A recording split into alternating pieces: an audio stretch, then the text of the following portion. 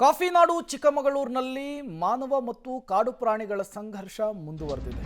ಅದರಲ್ಲೂ ಕೂಡ ಕಾಡಾನೆಗಳ ದಾಳಿಗೆ ನಿರಂತರವಾಗಿ ಬಲಿಯಾಗುವಂತಹ ಪ್ರಕರಣಗಳು ವರದಿಯಾಗ್ತಾ ಇದೆ. ಈಗ ರಾಜ್ಯ ಸರ್ಕಾರ ಎಚ್ಚೆತ್ತುಕೊಂಡಿದೆ. ಪುಂಡಾನೆಯನ್ನು ಹಿಡಿಯೋದಕ್ಕೆ ಅರಣ್ಯ ಇಲಾಖೆಯಿಂದ ಆದೇಶ. ದುಬಾರೆ ಹಾರಂಗಿ ಆನೆ ಶಿಬಿರದ ಸಾಕಾನೆಗಳಿಂದ ಈ ಕಾರ್ಯಾಚರಣೆ ಆಗುತ್ತೆ.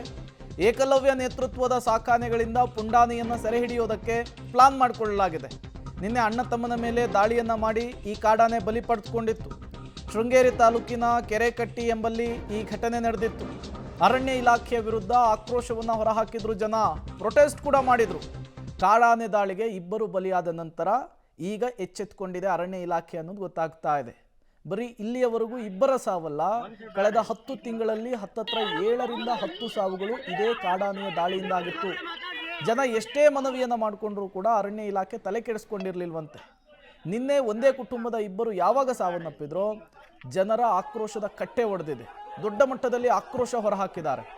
ಈಗ ಸರ್ಕಾರ ಎಚ್ಚೆತ್ತುಕೊಂಡು ಈ ಪುಂಡಾನೆಯನ್ನ ಹಿಡಿಯುವಂತಹ ನಿಟ್ಟಿನಲ್ಲಿ ಕಾರ್ಯಾಚರಣೆಯನ್ನು ಆರಂಭಿಸುವುದಕ್ಕೆ ಸೂಚನೆಯನ್ನು ಕೊಟ್ಟಿದೆ. ಮತ್ತಷ್ಟು ಡೀಟೇಲ್ಸ್ ಕೊಡ್ತಾರೆ ನಾರಾಯಣಗೌಡ, ನೇರ ಸಂಪರ್ಕದಲ್ಲಿ ಜಾಯ್ನ್ ಆಗಿದ್ದಾರೆ. ನಾರಾಯಣಗೌಡ, ಈ ಕೆಲಸವನ್ನ ಮೊದಲೇ ಮಾಡಿದ್ರೆ ಇಲ್ಲಿಯವರೆಗೂ ಆಗಿದಂತಹ ಸಾವು ನೋವುಗಳನ್ನು ತಡಿಬಹುದಾಗಿತ್ತು, ಬಟ್ ಲೇಟ್ ಆದರೂ ಕೂಡ ಸರ್ಕಾರ ಎಚ್ಚೆತ್ತುಕೊಂಡಿದೆ ಅಂತ ಹೇಳಿ. ಖಂಡಿತ ಪ್ರೇಮ್, ಯಾಕೆಂತಂದ್ರೆ ಈಗಾಗಲೇ ಮಲೆನಾಡಲ್ಲಿ ಆ ಕಾಡಾನೆಗಳ ಹಾವಳಿ ಇರುವಂಥದ್ದು ನಿನ್ನೆ ಮೊನ್ನೆ ಅಂತಲ್ಲ, ಸುಮಾರು ಅದಕ್ಕೆ ದಶಕಗಳಿಂದ ಹೆಚ್ಚಿನ ಇತಿಹಾಸ ಇರುವಂಥದ್ದು.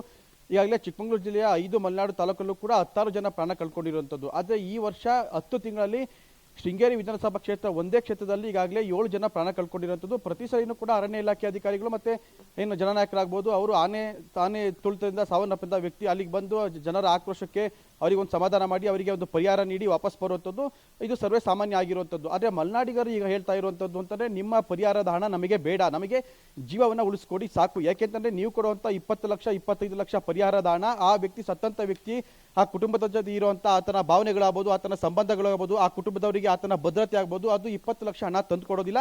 ಹಾಗಾಗಿ ನಮಗೆ ನಿಮ್ಮ ಹಣ ಬೇಡ, ಬದುಕುವ ಗ್ಯಾರಂಟಿ ಕೊಡಿ ಅಂತ ಮಲೆನಾಡಿಗರು ಕೂಡ ಈಗ ಸರ್ಕಾರಕ್ಕೆ ಆಗ್ರಹ ಮಾಡ್ತಿರುವಂಥದ್ದು. ಹಾಗಾಗಿ ಸರ್ಕಾರ ಪ್ರತಿ ಸರಿನೂ ಕೂಡ ಹೀಗೆ ಪರಿಹಾರ ಕೊಡೋ ಬದಲು ನಮಗೆ ಒಂದು ಭದ್ರತೆ ಕೊಡಿ. ಯಾಕೆಂದರೆ ಯಾವಾಗ ಆನೆ ಒಂದು ಗ್ರಾಮದ ಅಕ್ಕಪಕ್ಕ ಬರುತ್ತೋ, ಗ್ರಾಮದ ಮನೆ ಬಳಿ ಬರುತ್ತೋ, ತೋಟಗಳನ್ನು ಧ್ವಂಸ ಮಾಡುತ್ತೋ, ಆಗಲೇ ಆ ಆನೆಯನ್ನು ಸೆರೆ ಹಿಡಿಯೋದಕ್ಕೆ ಸ್ಥಳೀಯರು ಕೂಡ ಸಾಕಷ್ಟು ಬಾರಿ ಅರಣ್ಯ ಇಲಾಖೆಗೆ ಮನವಿ ಮಾಡ್ತಾರೆ. ಆದರೆ ಆ ಸ್ಥಳೀಯರ ಒಂದು ಆರೋಪ ಇರುವಂಥದ್ದು, ಸ್ಥಳೀಯರು ಎಷ್ಟೇ ಮನವಿ ಮಾಡಿದ್ರು ಕೂಡ ಅರಣ್ಯ ಇಲಾಖೆ ಅಧಿಕಾರಿಗಳು ಆ ಸೂಕ್ತ ಸಮಯದಲ್ಲಿ ಸ್ಥಳಕ್ಕೆ ಬಂದು ಆನೆಗಳನ್ನು ಓಡಿಸುವಂಥ ಪ್ರಯತ್ನ ಮಾಡಲ್ಲ. ಆದರೆ ಈ ರೀತಿಯಂಥ ಒಂದು ಅನಾಹುತಗಳು ಸಂಭವಿಸಿದ ಬಳಿಕ ಸ್ಥಳಕ್ಕೆ ಬಂದು ಅಧಿಕಾರಿಗಳು ಸಾಂತ್ವನ ಹೇಳುವಂಥದ್ದು, ಮುಂದೆ ಈಗ ಆಗದೇ ಇರೋ ಥರ ನಾವು ನೋಡ್ಕೊತೀವಿ ಅನ್ನೋಂಥ ಒಂದು ಭರವಸೆನೇ ಕೊಡ್ತಾರೋ ವಿನಃ ಯಾವಾಗ ಆನೆ ಅತಿ ಹೆಚ್ಚಿನ ಅನಾಹುತ ಮಾಡುತ್ತೋ ಆಗಲೇ ಆನೆಯನ್ನು ಸೆರೆ ಹಿಡಿಯೋದಕ್ಕೆ ಮುಂದಾದ್ರೆ ಈ ಅನಾಹುತಗಳು ಸಂಭವಿಸಲ್ಲ ಅನ್ನೋದು ಆ ಮಲೆನಾಡಿಗರ ಆಗ್ರಹ ಆಗಿರುವಂಥದ್ದು. ಹಾಗಾಗಿ ಈಗ ಮಲೆನಾಡಿಗರು ಕೂಡ ನಿಮ್ಮ ಪರಿಹಾರ ಬೇಡ, ನಮಗೆ ಆನೆಗಳ ಕಾಟದಿಂದ ಸಂಪೂರ್ಣವಾಗಿ ಮುಕ್ತಿ ಕೊಡಿ ಅಂತ ಈಗ ಮಲೆನಾಡಿಗ ಅಂದರೆ ಸರ್ಕಾರಕ್ಕೂ ಕೂಡ ಬೇಡಿಕೆ ಇಟ್ಟಿರುವಂಥದ್ದು. ಆದರೆ ಇದು ಶೃಂಗೇರಿಯಲ್ಲಿ ಒಂದು ಘಟನೆ ಅಷ್ಟೇ ಅಲ್ಲ ಪ್ರೇಮ್, ಎನ್ನಾರ್ಪುರ ತಾಲೂಕಿನಲ್ಲೂ ಕೂಡ ಹಲವು ಗ್ರಾಮಗಳಲ್ಲಿ ಇದೇ ರೀತಿ ಆನೆ ಕಾಟ ಇರುವಂಥದ್ದು.